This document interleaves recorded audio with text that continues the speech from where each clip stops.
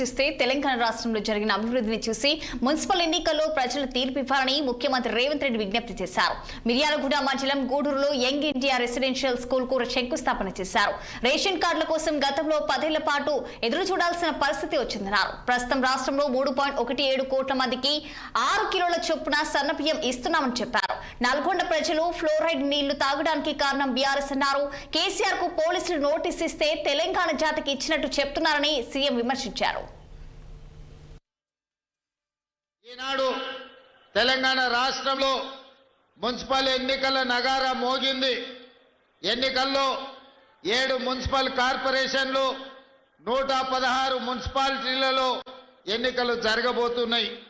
మరి ఇంత గొప్ప కార్యక్రమం తెలంగాణ రాష్ట్రంలో 100% కాంగ్రెస్ పార్టీని గెలిపించాలి అని ఉక్కు సంకల్పంతో ఏర్పాటు చేసిన మొట్టమొదటి సమావేశం మిర్యాలగూడ శాసనసభ నియోజకవర్గంలో పెడితే వేలాది మంది మీరు ఇక్కడికి వచ్చి తెలంగాణ రాష్ట్రం మొత్తం మున్సిపాలిటీల మీద కాంగ్రెస్ పార్టీ జెండాను ఎగరేస్తామని నిండు మనసుతో మీరు ఆశీర్వదించడానికి వచ్చినందుకు మీకందరికీ మనస్ఫూర్తిగా ధన్యవాదాలు, కృతజ్ఞతలు తెలియజేస్తున్నా.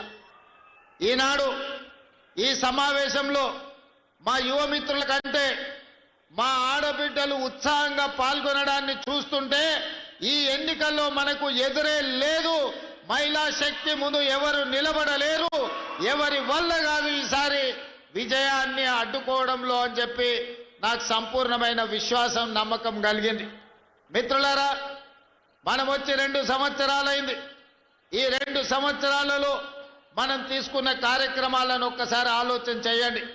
ఈ 2 సంవత్సరాలు ఈ ప్రభుత్వం పేదల కోసం, గిరిజనుల కోసం, ఆదివాసీల కోసం, బలహీన వర్గాల కోసం, రైతుల కోసం, మహిళల కోసం, విద్యార్థుల కోసం, నిరుద్యోగ యువకుల కోసం